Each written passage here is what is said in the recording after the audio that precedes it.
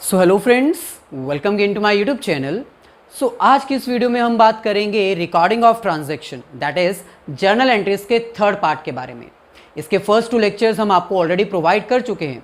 First to lectures में हमने simple journal entries और कंपाउंड जर्नल एंट्रीज के मिक्सचर को अंडरस्टैंड किया था, यानी ऐसी एंट्रीज जो बहुत ही सिंपल हैं और जो मॉडरेट लेवल की ट्रांजैक्शंस है वो हम ऑलरेडी कवर कर चुके हैं। और आज के इस थर्ड पार्ट में हम डिस्कस करेंगे कुछ डिफिकल्ट लेवल के जर्नल एंट्रीज को, यानी ये कुछ ऐसी जर्नल एंट्रीज रहने वाली हैं जो आपके लिए अंडरस्टैंड करना बहुत ज़रूरी है और फाइनल एग्जाम के पॉइंट ऑफ व्यू से भी वेरी इंपॉर्टेंट है। आज के इस लेक्चर में हम ऐसी ऐसी एंट्रीज को डिस्कस करेंगे जो आपको डिफिकल्टी में डाल सकती हैं। चलिए उनको अंडरस्टैंड करते हैं डिटेल में। स्टार्ट करने से पहले आप सभी से रिक्वेस्ट है कि अगर आप फर्स्ट टाइम हमारे चैनल पर आए तो चैनल को सब्सक्राइब करके बेल आइकन को जरूर क्लिक कर दीजिएगा, ताकि फ्यूचर में अगर हम कोई भी वीडियो अपलोड करें अकाउंट्स, इकोनॉमिक्स या बिजनेस स्टडीज के रिगार्डिंग तो उसका लिंक तुरंत आपको मिल जाए। वीडियो अगर अच्छी लगे तो इसको लाइक और अपने सभी फ्रेंड्स के साथ शेयर जरूर कर दीजिएगा। चलिए स्टार्ट करते हैं आज का लेक्चर। ये है हमारे पास recording of transaction that is journal entries का थर्ड पार्ट। इसका फर्स्ट पार्ट और सेकंड पार्ट हम ऑलरेडी कवर कर चुके हैं। फर्स्ट और सेकंड पार्ट में हमने सिंपल जर्नल एंट्रीज और मॉडरेट लेवल के जर्नल एंट्रीज को अंडरस्टैंड किया था। अगर वो वीडियोस आपने नहीं देखी तो जरूर देख लीजिए, लिंक डिस्क्रिप्शन में गिवन है। फर्स्ट पार्ट और सेकंड पार्ट को देखना इसलिए भी जरूरी है क्योंकि आज के इस थर्ड पार्ट में हम डिफिकल्ट लेवल और कॉम्प्लेक्स लेवल की जर्नल एंट्रीज को सॉल्व करेंगे। और वो जर्नल एंट्रीज आपको तभी समझ आएंगी जब आपको बेसिक कॉन्सेप्ट्स क्लियर होंगे, जर्नल एंट्रीज को पास करने के रूल्स आपको आते होंगे।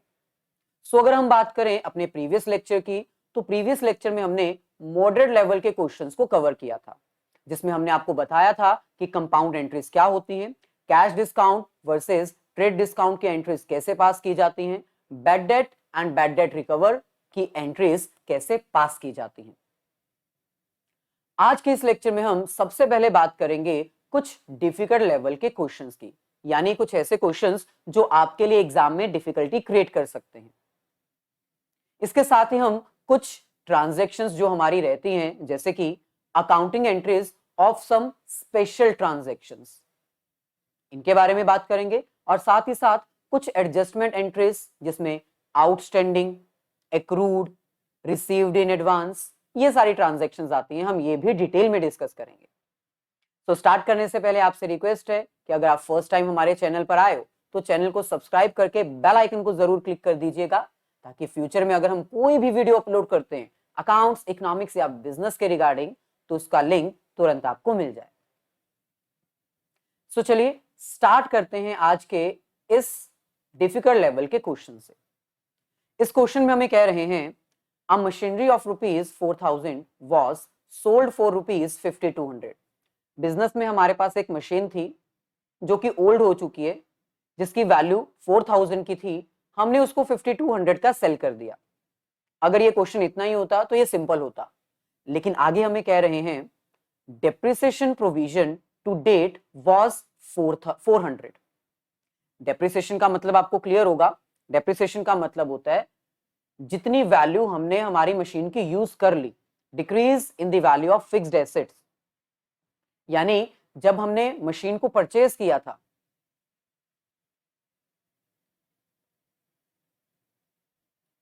तो उसकी वैल्यू थी ₹4,000, लेकिन आफ्टर यूसेज हम उसको इस्तेमाल कर रहे हैं, रेगुलरली यूज कर रहे हैं, तो जैसे जैसे टाइम बढ़ता जा रहा है, जैसे जैसे मशीन पुरानी होती जा रही है, उसकी वैल्यू कम हो रही है। तो अभी फिलहाल उसकी वैल्यू 400 रुपए से कम हो चुकी है। इसका मतलब प्रेजेंट वैल्यू क्या है मशीन की? 3600। आगे हमें कह रहे हैं commission paid to the selling agent was 320। अब हमने मशीन को बिकवाने के लिए एक सेलिंग एजेंट को हायर किया था, उसने कहा कि 320 रुपीज लगेंगे मेरी कमीशन के। तो ये हमारे एक्सपेंस है मशीन को सेल करवाने के लिए। और आपको पता होना चाहिए एक सेलर को ये पेमेंट करनी पड़ती है, यानी ये जो 320 रुपीज हमने सेलिंग एजेंट को दिए हैं वो हम अपनी पॉकेट में से देंगे। जो बायर है वो पे नहीं करेगा, ये मशीन हमारी है, हमने बिकवाई है, सेलिंग एजेंट को हमने हायर किया है, तो ये 320 रुपीज भी हमें ही बेयर करने पड़ेंगे। नेक्स्ट हमें कह रहे हैं and wages paid to the worker for removing the machine was ₹50। अब मशीन को अनइंस्टॉल करवाने के लिए हमें वेजेस भी पे करने पड़े, तो ये भी हमें ही पे करने पड़ेंगे। सो ये टोटल एक्सपेंसेस आ जाएंगे 370, यानी 370 रुपीज हमें देने पड़े मशीन को सेल करवाने के लिए। और मशीन बिकी कितने की? 5200 की। अब अगर हम इसकी जर्नल एंट्री पास करें तो सबसे पहले तो आपको यह पता होना चाहिए एट प्रेजेंट मशीन की वैल्यू हमारी है 3600।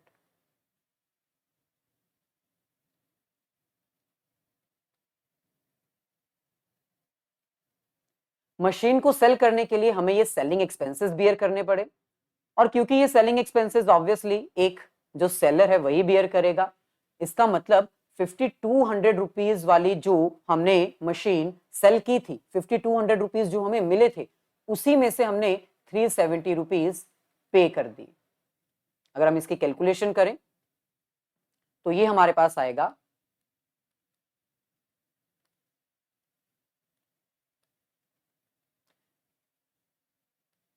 4830।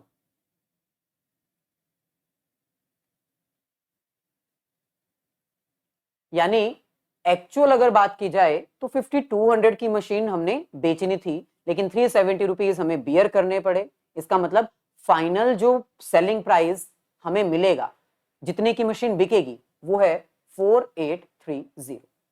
अब इसके रिगार्डिंग अगर हम जर्नल एंट्री पास करें तो सबसे पहले ऑब्वियसली हम मशीन सेल कर रहे हैं, हमारे पास पैसा आएगा, तो इसकी एंट्री क्या रिकॉर्ड होगी? Cash account debit. कैश हमारी एसेट है, एसेट इंक्रीज हो रही है क्योंकि मशीन को हम बेच रहे हैं तो पैसा हमें मिल रहा है, सो कैश इंक्रीज हो रही है। कैश एसेट है, एसेट जब इंक्रीज होती है तब हम उसको डेबिट करते हैं। 5200 की मशीन हमने सेल की।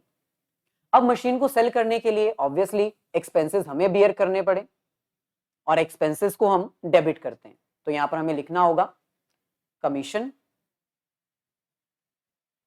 Account debit 320 rupees.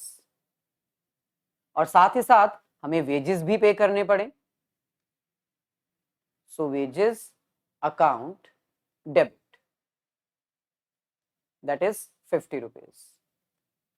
अब हम क्रेडिट किस किस को करेंगे? सबसे पहले तो हमारी मशीन हमारे बिजनेस में से कम हो गई क्योंकि हमने हमारी मशीन को सेल कर दिया। मशीन एसेट होती है, एसेट जब डिक्रीज होती है तो क्रेडिट किया जाता है, तो यहां पर हमें लिखना होगा टू मशीन। अब मशीन की ओरिजिनल वैल्यू तो 4000 थी, लेकिन यूज करने के बाद उसकी एक्चुअल प्रेजेंट वैल्यू कितनी है? 3600, तो यहां पर हम 3600 ही लिखेंगे। अब ये जो दो अमाउंट्स हैं ये हमें ही बियर करनी पड़ेंगी, पेमेंट करनी पड़ेगी, तो इसलिए हम लिखेंगे टू कैश, क्योंकि कमीशन भी देनी है और वेजेस भी पे करने हैं, दोनों ही हमारे एक्सपेंसेस हैं, और एक्सपेंसेस की पेमेंट कैश के थ्रू की जाएगी। यानी कैश डिक्रीज हो रही है, और कैश यानी कि एसेट, एसेट जब डिक्रीज होती है तो नॉर्मली हम उसको क्रेडिट करते हैं। सो ये आ जाएगा हमारे पास 370 रुपीज। अब अगर हम इसको बैलेंस करना चाहें तो अभी ये बैलेंस नहीं होगा, एक बार आप चेक कर सकते हो। 5200 प्लस 320 प्लस 50, ये हमारा आ गया डेबिट साइड का बैलेंस 5570। इसमें से माइनस करेंगे 3600 की मशीन माइनस 370 जो हमने एक्सपेंसेस बियर की। अभी भी 1600 का हमारे पास ये एक गैप आ रहा है, तो ये 1600 रुपीज क्या है? ऑब्वियसली हमारा एक तरह से जो प्रॉफिट है, क्योंकि हमने हमारी मशीन को प्रॉफिट में सेल किया है, 5200 रुपीज का सेल किया है, जबकि एक्चुअल मशीन की वैल्यू 3600 है, तो 1600 रुपीज हमारे क्या हो गए? प्रॉफिट। सो आप चाहें तो इस क्वेश्चन को ऐसे भी सॉल्व कर सकते हैं, या फिर इसी क्वेश्चन को सॉल्व करने का हमारे पास एक और मेथड है। चलिए उसको भी एक बार डिटेल में अंडरस्टैंड कर लेते हैं, क्योंकि कुछ स्टूडेंट्स जो हैं वो इस मेथड को शायद यूज ना करें, उनका एक अपना अलग मेथड हो। सो आइए सबसे पहले अगर हम बात करें, ऑब्वियसली हमने सबसे पहले मशीन को परचेज किया होगा, तो मशीन को परचेज करने की एंट्री पास करते हैं। मशीन हमारी एसेट है, एसेट इंक्रीज हो रही है, एसेट जब इंक्रीज होती है तब हम उसको डेबिट करते हैं। तो मशीन हमने परचेज की थी 4000 की, टू कैश, कैश भी हमारी एसेट है लेकिन डिक्रीज हो रही है इसलिए क्रेडिट कर रहे हैं। मशीन परचेज करने के बाद हमने उसको यूज किया, यूज करने के कारण उसके ऊपर डेप्रिसिएशन चार्ज की जाएगी। तो सेकेंड एंट्री क्या आ जाएगी, charging depreciation on the value of machine. So depreciation हमारा एक्सपेंस है, एक्सपेंसेस को हम डेबिट करते हैं। So depreciation account debit 400 to machinery. Machine की वैल्यू कम हो रही है क्योंकि हमने मशीन को यूज किया, मशीन की वैल्यू कम हो रही है क्योंकि हमने मशीन को यूज किया। सो मशीन एसेट है, एसेट की वैल्यू जब कम होती है तब हम उसको क्रेडिट करते हैं 400। इसके बाद यूज करने के बाद मशीन पुरानी हो चुकी है, अब हम इसको सेल करना चाहते हैं। सेल करने के लिए हम कमीशन एजेंट के पास गए और उसको कहा कि भाई हमारी मशीन सेल करवाने में हमारी मदद की जाए, जिसके लिए हमें चार्जेस पे करने पड़ेंगे। सो हमने क्या क्या चार्जेस पे किए, सबसे पहले तो हमने कमीशन पे की, कमीशन अकाउंट डेबिट। साथ में हमें वेजेस भी बियर करने पड़े ताकि हम मशीन को अनइंस्टॉल करवा सके। वेजेस यानी आप चाहो तो क्लब्ड एंट्री भी पास कर सकते हो और चाहो तो ऐसे सेपरेट एंट्रीज भी पास कर सकते हो, ये भी करेक्ट है। To cash.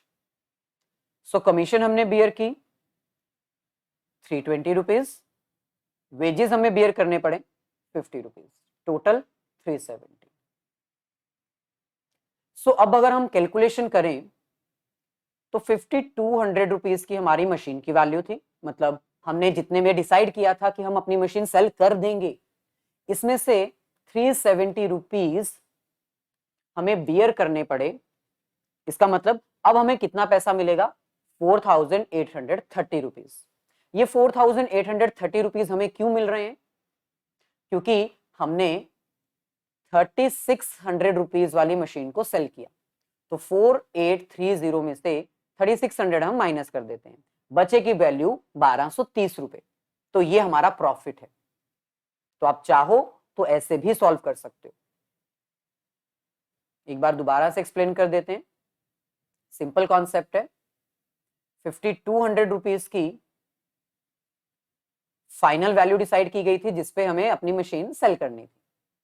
इसमें से 370 रुपीज हमने सेलिंग एजेंट को दिए और वेजेस बियर किए, बैलेंस हमारे पास बचा 4870।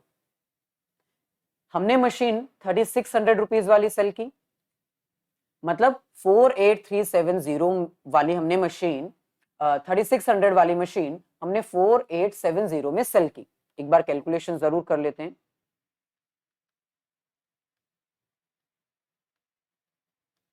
यस 4830 आएगा।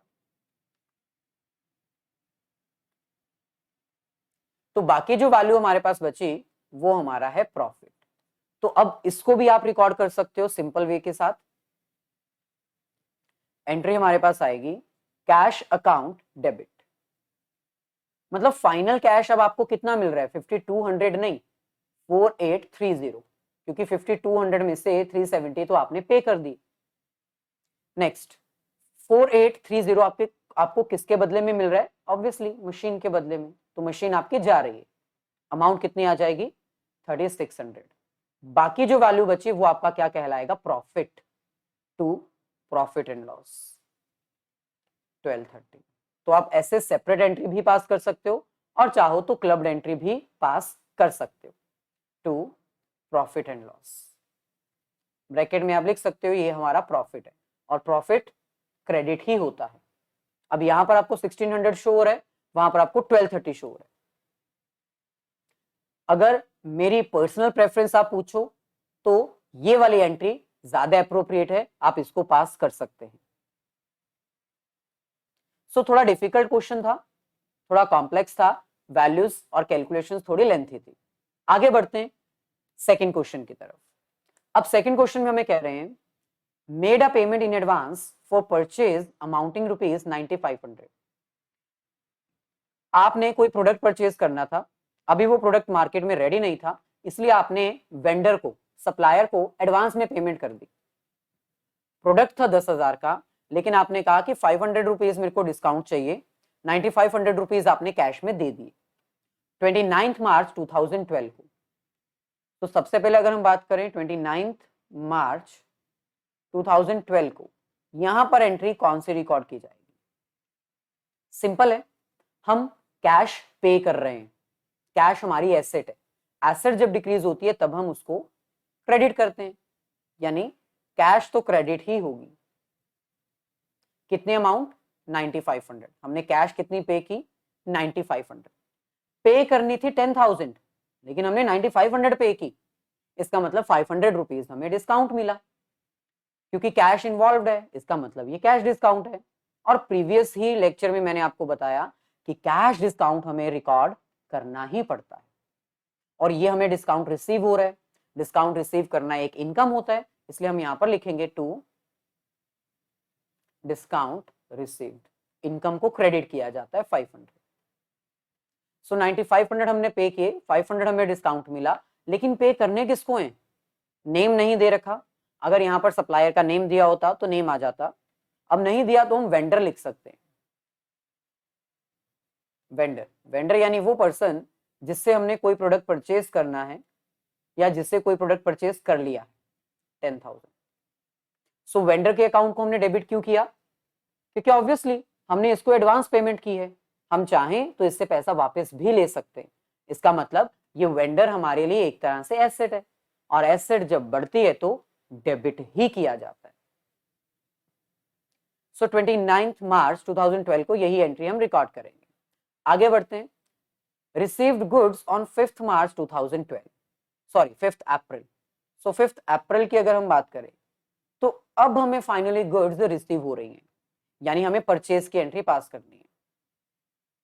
सो एंट्री अब आएगी हमारे पास परचेजेस अकाउंट डेबिट। परचेज करना एक तरह से एक्सपेंस होता है, और एक्सपेंसेस को हम डेबिट ही करते हैं। सो परचेज अकाउंट डेबिट। कितने का प्रोडक्ट रिसीव किया गया था? 9500। और क्योंकि हम एडवांस पेमेंट ऑलरेडी कर चुके हैं, तो अब यहां पर कैश नहीं आएगा, यहां पर आएगा वेंडर। वेंडर वो पर्सन है जिसको हमने एडवांस में पैसे दिए थे, यानी वो हमारी एसेट थी। अब क्योंकि वो एडवांस पेमेंट कैंसिल हो चुकी है, क्योंकि हमें प्रोडक्ट मिल चुका है, इसका मतलब वेंडर को हमें कैंसिल कर देना है। वेंडर पहले हमारी एसेट थी, हमने डेबिट किया था, लेकिन अब वो हमारी एसेट नहीं रही, क्योंकि जो एडवांस में पैसा दिया था अब वो कैंसिल हो गया। सो 9500, 500 रुपीज हमें एक तरह से डिस्काउंट मिला है। सो 5th अप्रैल 2012 को हम ये एंट्री रिकॉर्ड कर सकते हैं। ऐसे ही आगे बढ़ते हैं, बात करते हैं थर्ड क्वेश्चन की, जिसमें ट्रेड डिस्काउंट और कैश डिस्काउंट जैसे डिफिकल्ट क्वेश्चंस पूछे गए। क्वेश्चन में हमें कह रहे हैं sold goods to Anil for rupees 20,000, allowed him 10% trade discount and 10% cash discount. So 10% ही ट्रेड डिस्काउंट है, 10% ही कैश डिस्काउंट है। Received half of the amount by cash and balance half by cheque within specified time, यानी कुछ payment हमें cash में मिली है और कुछ चेक में मिली है, लेकिन मिल पूरी पेमेंट गई है। तो बहुत ही सिंपल क्वेश्चन है। 20,000 का प्रोडक्ट है, इसमें से सबसे पहले हम माइनस करेंगे 10% ट्रेड डिस्काउंट। और ट्रेड डिस्काउंट जैसे कि आपको पता है, बल्क क्वांटिटी में जब हम कोई प्रोडक्ट परचेज करते हैं तब हमें देना पड़ता है। सो अनिल ने हमसे गुड्स परचेज की, हमने उसको सेल की, हमें डिस्काउंट देना पड़ा 10%। तो 10% कितना आएगा? 2000।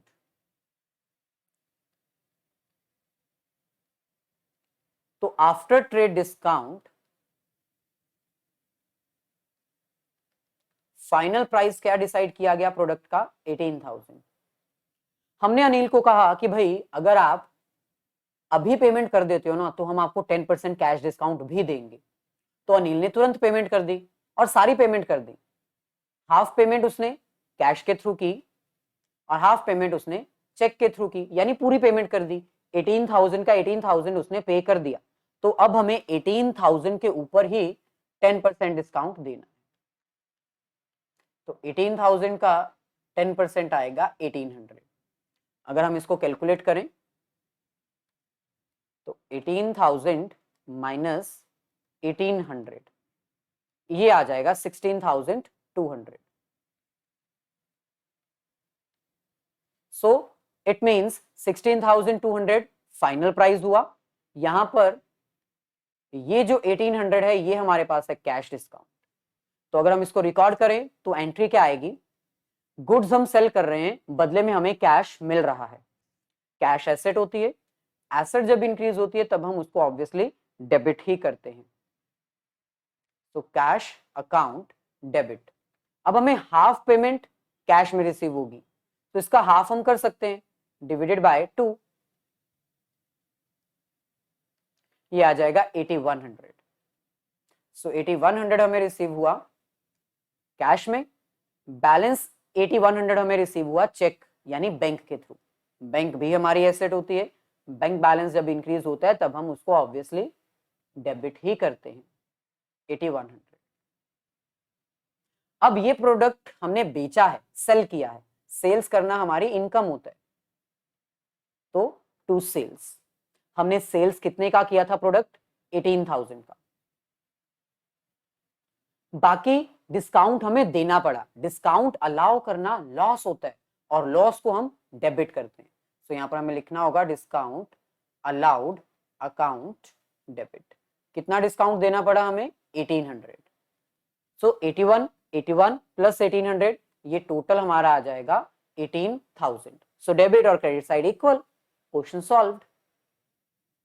यानी जब भी आपको ऐसे क्वेश्चन सॉल्व करने हैं तो कोई टेंशन की बात नहीं है, बस आपको प्रोसेस सीक्वेंस अच्छे से फॉलो करना है। चलिए एक और क्वेश्चन ट्राई करते हैं, ट्रेड डिस्काउंट और कैश डिस्काउंट का। Sold goods to Ajay for ₹50,000 allowing 5% trade discount and 10% cash discount. Half of the amount was received by check within specified time. अब प्रीवियस के कंपैरिजन में ये क्वेश्चन थोड़ा अलग है। क्वेश्चन में हमें कह रहे हैं कि भाई हमने प्रोडक्ट सेल किया अजय को 50,000 का, सो 50,000 का प्रोडक्ट है विदाउट एनी डिस्काउंट। हम अजय को 5% डिस्काउंट भी देंगे। 50,000 का अगर हम 5% करें तो ये हमारे पास आएगा 2500, यानी फाइनल प्राइस क्या हुआ आफ्टर ट्रेड डिस्काउंट 47,500। अब हमने अजय को कहा कि भाई अगर आप पेमेंट कर देते हो कैश में या चेक के थ्रू तो हम आपको 10% कैश डिस्काउंट देंगे। अजय ने कहा कि मेरे पास पूरी पेमेंट तो नहीं है लेकिन मेरे पास हाफ पेमेंट है। इसका मतलब हम इसको 2 पार्ट्स में डिवाइड करेंगे। पहला वो पार्ट जिसमें हमें कैश मिल चुका है, बैंक बैलेंस मिल चुका है, सो रिसीव्ड अमाउंट, मतलब जो पैसा हमें मिल गया। दूसरी तरफ वो अमाउंट जो कैश में नहीं मिली, नॉट रिसीव्ड।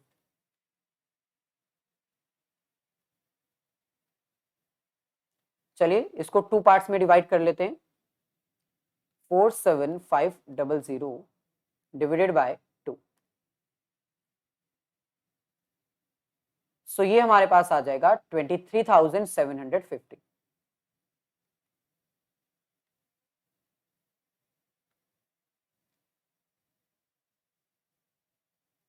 अब जो अमाउंट हमें कैश में मिल चुकी है हम सिर्फ उसके ऊपर ही डिस्काउंट देंगे, क्योंकि आपको पता है कैश डिस्काउंट वो डिस्काउंट होता है जो कैश अमाउंट रिसीव करने के टाइम पर अलाउ किया जाता है। तो इसका मतलब जो 10% हमें माइनस करना है वो हम इसी में से माइनस करेंगे। तो 10% आएगा 2375। तो जल्दी से इसको सॉल्व कर लेते हैं। 23,750 माइनस 2375, तो ये आ जाएगा 21,375। और यहां पर कोई डिस्काउंट नहीं मिलेगा, 0,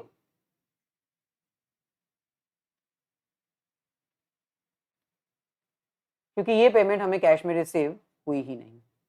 तो अगर हम इसकी जनरल एंट्री पास करें कैश हमें रिसीव हो रही है, कैश एसेट होती है, सॉरी यहां पर हमें बैंक बैलेंस मिल रहा है, रिसीव्ड चेक, तो बैंक लिखना पड़ेगा।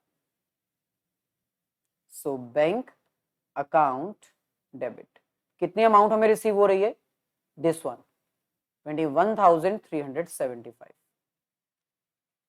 हमें डिस्काउंट अलाउ करना पड़ा, डिस्काउंट अलाउ करना लॉस होता है, लॉस को हम डेबिट करते हैं। So discount allowed account debit 2375। अब ये वो पेमेंट है जो हमें रिसीव नहीं हुई, लेकिन कभी ना कभी तो मिलेगी ना, इसका मतलब ये हमारी एसेट है।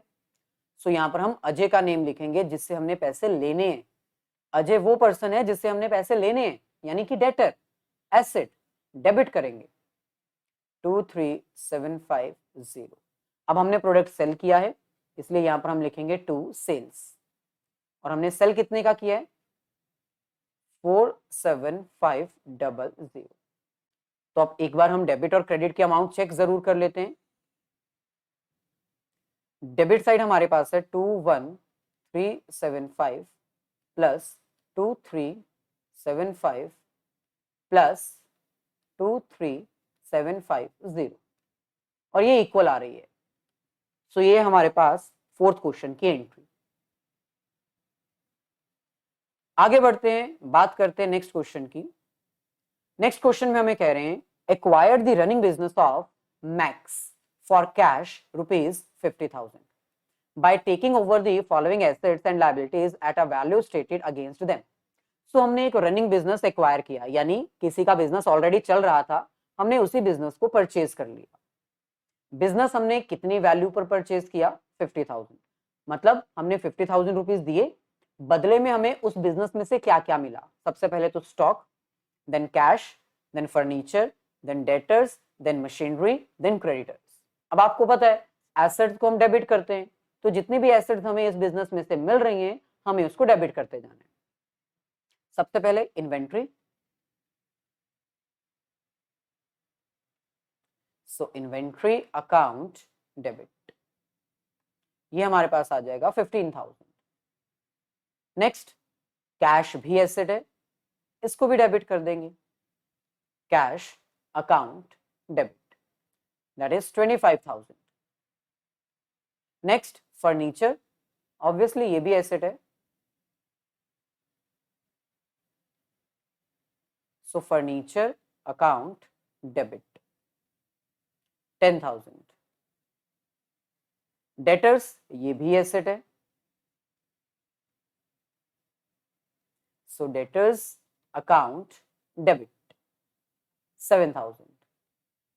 नेक्स्ट मशीनरी, ये भी एसेट है,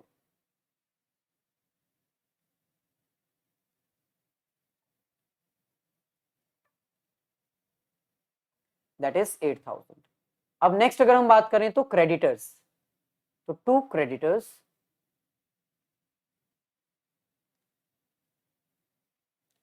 जो कि ऑब्वियसली एक लायबिलिटी है, तो क्रेडिट करेंगे 15,000। अब ये सब हमने परचेज किया, साथ में एसेट्स के साथ साथ हमें लायबिलिटीज भी एक्वायर करनी पड़ी, जिसके बदले में हमने कहा कि हम 50,000 देंगे। सो टू कैश, हम हमारे बिजनेस में से कैश दे रहे हैं, कैश एसेट होती है, एसेट डिक्रीज हो रही है, इसलिए हम इसको कर देंगे क्रेडिट। अब हमें यहां पर टोटलिंग करनी होगी, देखना होगा कि डेबिट या क्रेडिट दोनों में से कौन सी साइड ज्यादा है, क्योंकि डेबिट और क्रेडिट इक्वल आनी चाहिए। तो चलिए जल्दी से इसकी टोटलिंग कर लेते हैं। सबसे पहले अगर हम डेबिट साइड की बात करें तो 15 plus 25 40, 40 plus 10 50, plus 7,000 and plus 8,000, तो ये आ जाएगा 65,000। अगर हम बात करें यहां पर, तो यहां पर भी इक्वल ही अमाउंट आ रही है, 15,000 माइनस 50,000 इक्वल हो गया। लेकिन अगर ये इक्वल ना होता, फॉर एग्जाम्पल अगर यहां पर हमारे पास मान लीजिए 40,000 होता, तो ये 65 आ रहा है और ये 55 आ रहा है, तो दोनों में से कौन सी साइड कम है, ऑब्वियसली, यानी क्रेडिट साइड हमें यहां पर कुछ ना कुछ मेंशन करना पड़ेगा। और वो क्या होगा? Capital reserve. यानी एसेट्स हमें ज्यादा मिल रही हैं जबकि हमें पेमेंट कम करनी पड़ी। हमें 65,000 का सामान मिल रहा है और हम 55,000 में इसको एक्वायर कर रहे हैं, तो 10,000 का हमारा मुनाफा हुआ ना, प्रॉफिट हुआ, और प्रॉफिट को हम कैपिटल रिजर्व कहते हैं। 10,000। अगर डेबिट साइड हमारी कम होती, क्रेडिट साइड ज्यादा होती, तो डेबिट साइड और क्रेडिट साइड को इक्वल करने के लिए हम यहां पर गुडविल का अकाउंट ओपन करते। तो याद रखो, अगर आप रनिंग बिजनेस एक्वायर कर रहे हो, डेबिट और क्रेडिट साइड अगर इक्वल नहीं आ रहा, आपका डेबिट साइड कम है क्रेडिट साइड के कंपैरिजन में, तो आपको यहां पर गुडविल अकाउंट ओपन करना पड़ेगा रिमेनिंग वैल्यू के साथ।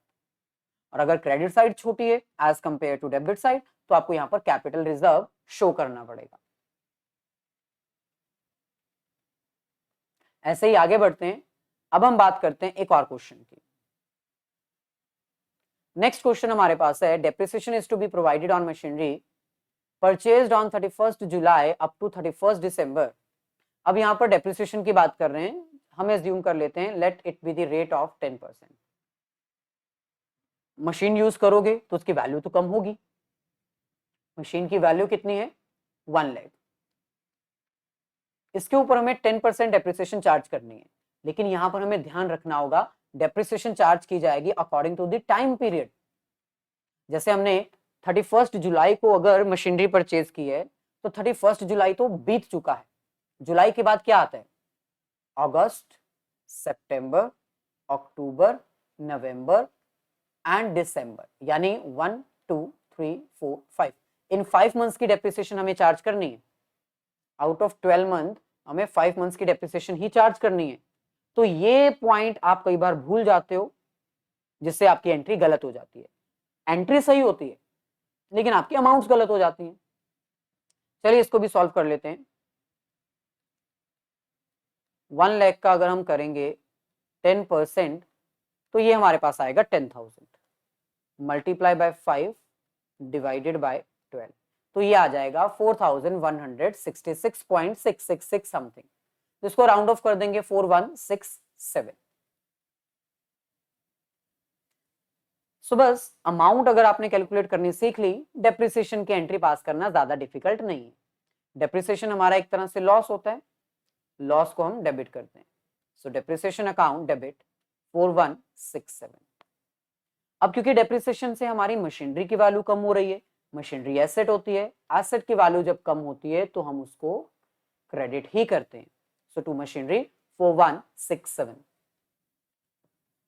ऐसे ही आगे बढ़ते हैं और बात करते हैं एक और क्वेश्चन की।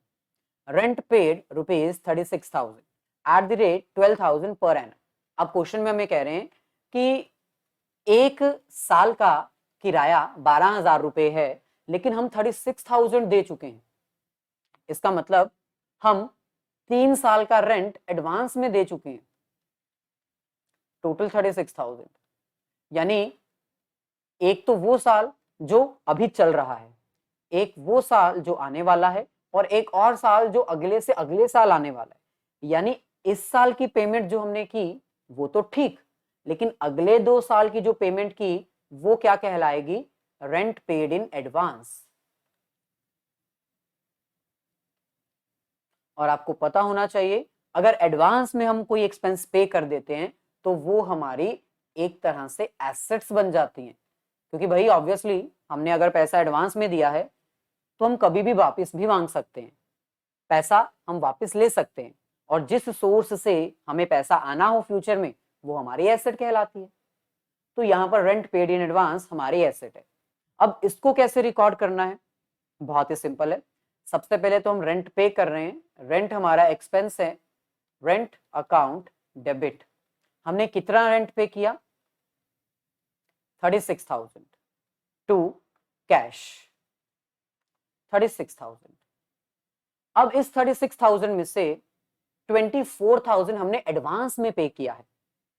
तो इसका मतलब एडवांस में पे करना किसी चीज को हमारी एसेट कहलाता है, और एसेट डेबिट होती है, इसलिए हम यहां पर लिखेंगे रेंट पेड इन एडवांस, या फिर प्रीपेड रेंट भी हम लिख सकते हैं। Rent paid in advance account debit. कितना रेंट हमने एडवांस में पे किया है? 24,000 टू रेंट। हम यहाँ पर क्रेडिट किसको करेंगे? रेंट को, ताकि रेंट की अमाउंट कैंसल हो जाए। या फिर हम इसको एक नॉर्मल एंट्री की तरह भी रिकॉर्ड कर सकते हैं, यानी रेंट अकाउंट डेबिट, हमने इस साल का करंट ईयर का रेंट कितना पे किया? 12,000। और एडवांस रेंट हमने कितना पे किया?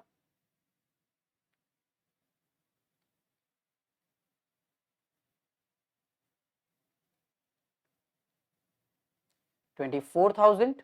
टोटल ये आ जाएगा 36,000। सो टू कैश 36,000। हम इसको ऐसे भी रिकॉर्ड कर सकते हैं, लेकिन प्रेफरेंस इसी को दी जाती है, यही इसकी करेक्ट एंट्री है। चलिए आगे बढ़ते हैं। अब हम बात करते हैं कुछ स्पेशल ट्रांजैक्शंस की, कुछ ऐसे ट्रांजैक्शंस जिसमें डिफरेंट डिफरेंट आइटम्स इंवॉल्व होती हैं। अगर वीडियो अच्छी लगी है तो इसको लाइक और अपने सभी फ्रेंड्स के साथ शेयर जरूर कर दीजिएगा। फर्स्ट हमारे पास है गुड्स गिवन एज डोनेशन और सैंपल्स। अब कई बार क्या होता है, एक बिजनेसमैन अपने बिजनेस की रेप्यूटेशन इंक्रीज करने के लिए, अपनी सेल्स को इंक्रीज करने के लिए अपनी गुड्स को एडवर्टाइजमेंट के तौर पर या तो सैंपल में दे देता है या फिर कई बार डोनेट कर देता है। दोनों ही केस में, यानी चाहे वो चैरिटी का केस हो, चाहे वो सैंपल यानी एडवर्टाइजमेंट का केस हो, दोनों ही केस में अगर एक प्रोप्राइटर, अगर एक ऑनर अपनी गुड्स दे देता है तो हमें उसको क्रेडिट करना होता है। गुड्स को हम क्या कहते हैं? परचेजेस। नॉर्मली जब हम गुड्स परचेज करते हैं तो हम उसको डेबिट करते हैं, क्योंकि ये हमारा एक्सपेंस होता है।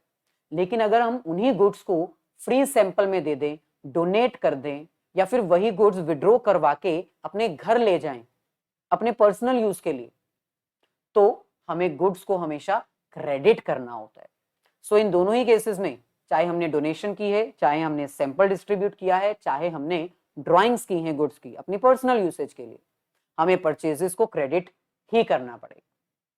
चलिए फर्स्ट केस को सॉल्व करते हैं, that is charity, that is donation.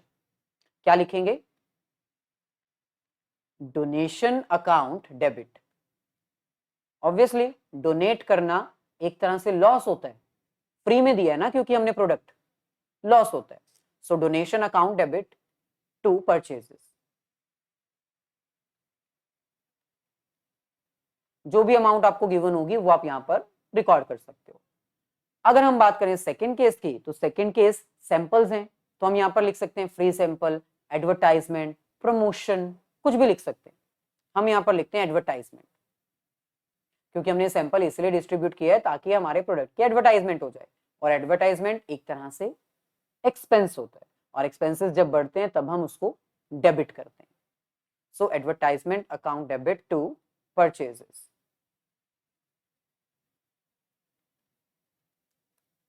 Next हमारे पास है very important transaction, loss of goods by theft, fire और एनी अदर नेचुरल क्लैमिटी।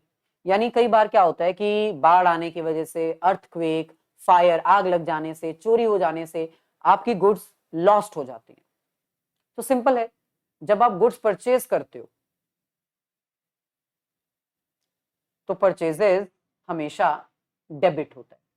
लेकिन अगर वही गुड्स आपकी लॉस हो जाए नेचुरल क्लैमिटी की वजह से, या चोरी हो जाए किसी भी रीजन से, तो हम उसको क्रेडिट करेंगे। सो यहां पर भी गुड्स अगर लॉस्ट हो जाती हैं, आग लग जाती है, अर्थक्वेक की वजह से नुकसान हो जाता है, तो हमें उसको क्रेडिट ही करना पड़ेगा। सो फर्स्ट हमारे पास है goods costing ₹25,000 lost by fire. अब गुड्स को आग लग गई और गुड्स का नुकसान हो गया, यानी लॉस हो गया, और लॉस को हम डेबिट करते हैं। तो यहां पर एंट्री क्या आएगी? Goods lost by fire.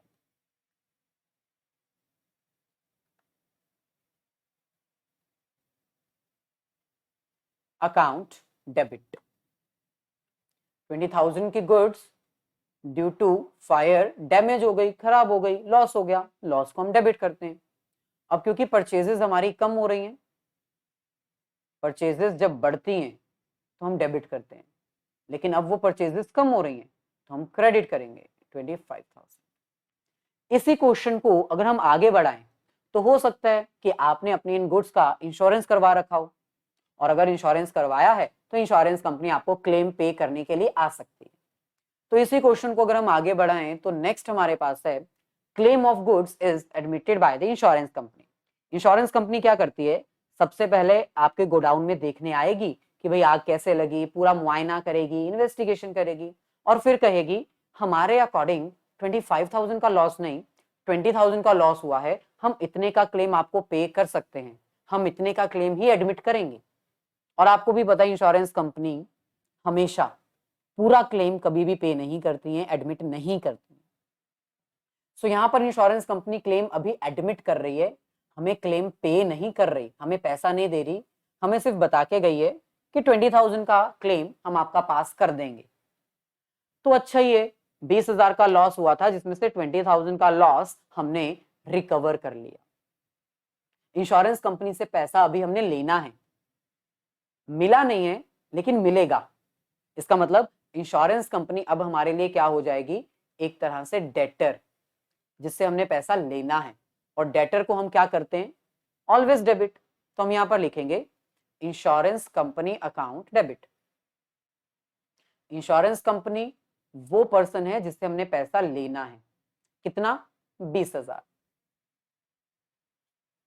So insurance company account debit 20,000। सो जो गुड्स हमारी लॉस हुई थी 25,000 की, उसमें से 20,000 हमें मिल रहा है। तो लॉस जो हमें हुआ था वो हम यहां पर क्रेडिट कर देंगे to goods lost by fire. हमें 25,000 का लॉस हुआ था ना, तो उस 25,000 में से 20,000 हम रिकवर कर रहे हैं, 5,000 रिकवर हम नहीं कर पाए, यानी अब तो वो लॉस हो ही चुका है, इसलिए हम उसको प्रॉफिट एंड लॉस में ट्रांसफर कर देंगे, ब्रैकेट में लिख देंगे लॉस, और लॉस को हम ऑलवेज डेबिट करते हैं। सो ये थी entry regarding admission of claim, जब इंश्योरेंस कंपनी सिर्फ क्लेम एडमिट करती है। इंश्योरेंस कंपनी से हमने पैसा लेना है, जिस पर्सन से पैसा लेना होता है उसको हम डेबिट करते हैं, एसेट है, डेटर कहलाता है। 5,000 का हमें प्योर लॉस हो गया क्योंकि इंश्योरेंस कंपनी ने उसका क्लेम एडमिट नहीं किया। बाकी 25,000 का जो लॉस था उसमें से 20,000 हम रिकवर कर रहे हैं, 5,000 का लॉस हो गया, सो इसलिए हमने इसको क्रेडिट कर दिया।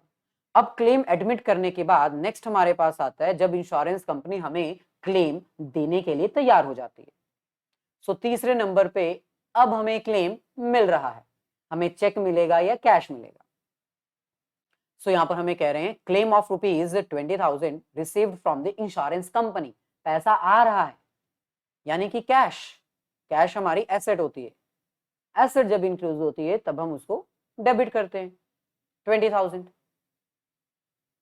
ये पैसा कहां से आया, इंश्योरेंस कंपनी ने दिया।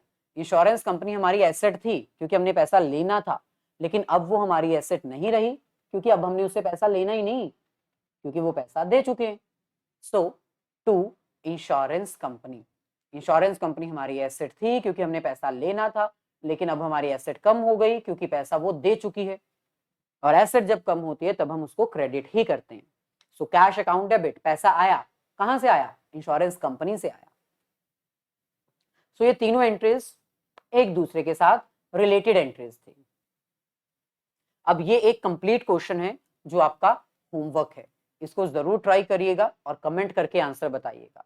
इसमें हमें कह रहे हैं कि 1,000 रुपीज की गुड्स आग लगने की वजह से लॉस हो गई, पहले इसकी एंट्री पास करो।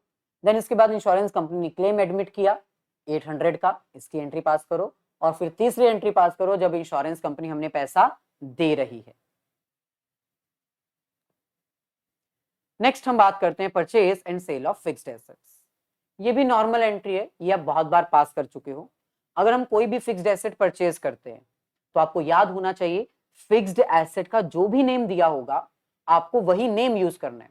स्टूडेंट्स हमेशा कंफ्यूज हो जाते हैं, आपको पता होना चाहिए जब हम गुड्स परचेज करते हैं तो हम वर्ड यूज करते हैं परचेजेस, परचेजेस अकाउंट डेबिट।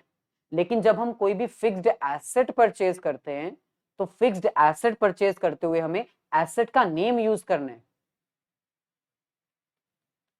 जैसे अगर हमने फर्नीचर परचेज किया है तो फर्नीचर, अगर हमने मशीनरी परचेज की है तो मशीनरी।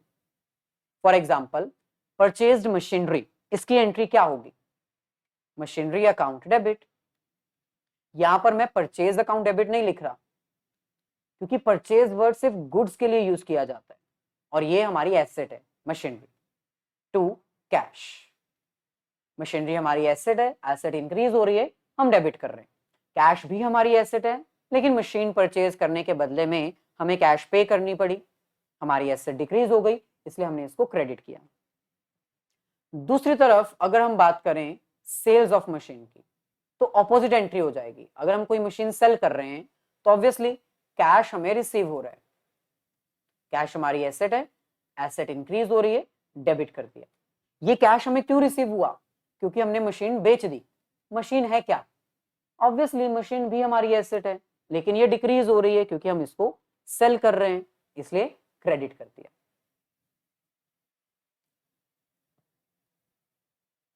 नेक्स्ट अगर हम बात करें purchase machinery for ₹2 lakh on credit on cash, तो इसकी एंट्री क्या आएगी?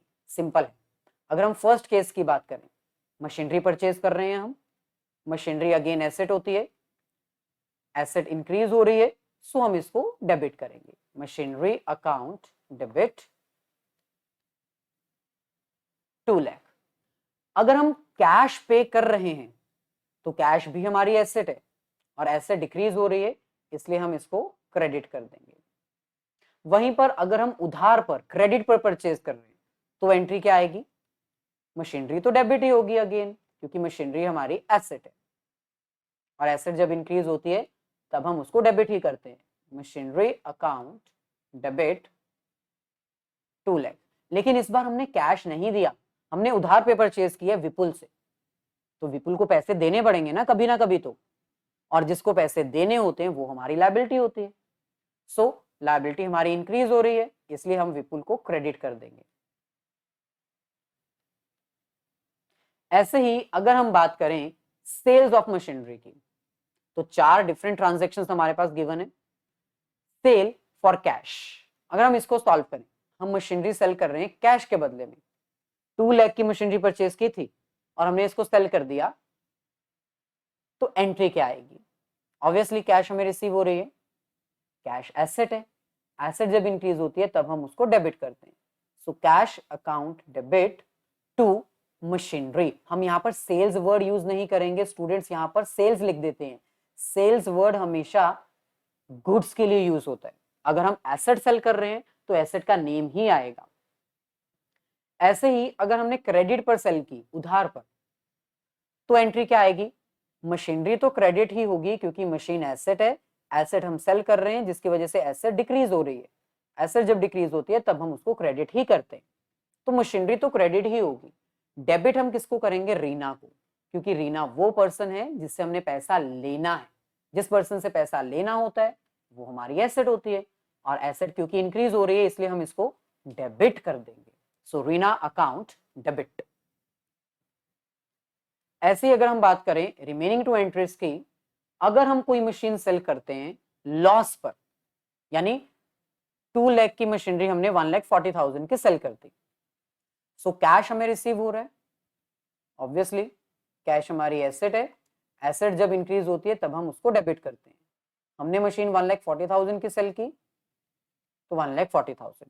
अब क्योंकि हमने लॉस पे सेल की है तो लॉस हमें डेबिट करना होता है, लॉसेस डेबिट होते हैं। सो लॉस हमें हुआ 60,000 का, और क्योंकि हमने मशीन बेच दी, मशीन हमारी एसेट है, एसेट डिक्रीज हो रही है, एसेट जब डिक्रीज होती है तब हम उसको क्रेडिट ही करते हैं, 2 लाख। सिमिलरली अगर हम बात करें अपनी फोर्थ ट्रांजैक्शन की, यानी मशीन अगर हम प्रॉफिट पे सेल कर रहे हैं, 2 लाख की मशीन को हम 3 लाख पे सेल कर रहे हैं, तो इसका मतलब कैश हमें कितना रिसीव हो रहा है? 3 लाख। कैश हमारी एसेट है, एसेट जब इंक्रीज होती है तब हम उसको डेबिट करते हैं, 3 लाख। मशीन हमने बेच दी, मशीन हमारी एसेट है, एसेट डिक्रीज हो रही है, और एसेट जब डिक्रीज होती है तब हम उसको क्रेडिट ही करते हैं। एसेट कितने की थी? 2 लाख की। बाकी 1 लाख का गैप क्या होगा? Obviously profit. सो प्रॉफिट हमें क्रेडिट करना होता है, मशीन को बेचने पे हमें प्रॉफिट हुआ है, तो इसलिए हम इसको क्रेडिट कर देंगे 1 लाख।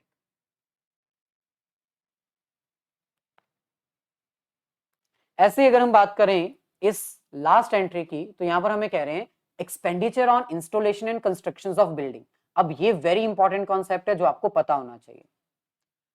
कोई भी फिक्स्ड एसेट्स को कंस्ट्रक्ट करने के लिए, किसी भी फिक्स्ड एसेट्स को एक्वायर करने के लिए अगर हमें कोई एक्स्ट्रा पेमेंट करनी पड़ती है तो वो उस फिक्स्ड एसेट की वैल्यू में ही ऐड कर दी जाती है। यानी अगर हम कोई मशीन परचेज करके लेके आए 2,50,000 की, हमें ट्रांसपोर्टेशन चार्जेस यानी कैरेज 5,000, ट्रांसपोर्टेशन चार्जेस 10,000 और 15,000 मशीन को इंस्टॉल करवाने के लिए अगर एक्स्ट्रा पे करने पड़े, तो इसका मतलब हमारी मशीन की value 2,50,000 plus 5 plus 10 and plus 15,000 हो जाएगी। क्योंकि जब तक हम मशीन को अपने फैक्ट्री में लेकर इंस्टॉल नहीं करवा लेते तब तक हम उसको यूज ही नहीं कर पाएंगे। सो आपको पता होना चाहिए फिक्स्ड एसेट्स को एक्वायर करने के लिए जो भी एक्स्ट्रा पेमेंट्स हमें करनी पड़ती हैं टिल इट्स ऑपरेशन, यानी जब तक मशीन ऑपरेटेबल कंडीशन में नहीं आ जाती तब तक जितना भी एक्स्ट्रा पैसा हमने दिया है एसेट को एक्वायर करने के लिए वो इसी में ऐड होगा। मान लो अगर हमें कोई लाइसेंस लेना पड़ता इस मशीन को यूज करने के लिए, लाइसेंस फीस देनी पड़ती, तो वो भी इसकी वैल्यू में ऐड होता। सो 2,50,000 मशीन की original value plus 5 10 15 plus 15 30,000। So total value क्या आ जाएगी मशीनरी की? 2,80,000। तो अगर अब हमें इसकी एंट्री पास करनी है तो एंट्री क्या आएगी? मशीनरी ऑब्वियसली हमारी एसेट है, एसेट हमारे बिजनेस में आ रही है, बढ़ रही है, एसेट जब इंक्रीज होती है तब हम उसको डेबिट करते हैं। सो 2,80,000 टू कैश, क्योंकि मशीन हमने परचेज की है कैश में, कैश भी हमारी एसेट है लेकिन वो डिक्रीज हो रही है इसलिए हम इसको क्रेडिट कर देंगे। स्टूडेंट्स ऑलवेज हमेशा इस क्वेश्चन में मिस्टेक करते हैं, वो एंट्री क्या पास कर देते हैं? Machinery account debit, carriage account debit, transportation expenses account debit, installation charges account debit. हमें ये सारे एक्सपेंसेस एडिशनली सेपरेटली शो नहीं करने हैं, ये हमें मशीन की वैल्यू में ही ऐड कर देने हैं, क्योंकि जब तक मशीन ऑपरेटेबल कंडीशन में नहीं आती तब तक जितना भी पैसा हमने पे किया है वो सब इसी की वैल्यू में, इसी की कॉस्ट में ऐड कर दिया जाएगा। सो आई होप ये कॉन्सेप्ट अब आपको अच्छे से क्लियर हो चुके हैं। सो ये था हमारा आज का लेक्चर जिसमें हमने कुछ डिफिकल्ट लेवल के क्वेश्चंस को सॉल्व किया। ऐसे ही हम और वीडियोस लेकर आते रहेंगे। अगर वीडियो अच्छी लगी है तो इसको लाइक और अपने सभी फ्रेंड्स के साथ शेयर जरूर कर दीजिएगा। पहली बार चैनल पर अगर आए हो तो चैनल को सब्सक्राइब करके बेल आइकन जरूर क्लिक कर दीजिएगा ताकि फ्यूचर में अगर हम कोई भी वीडियो अपलोड करें तो उसका लिंक तुरंत आपको मिल जाए।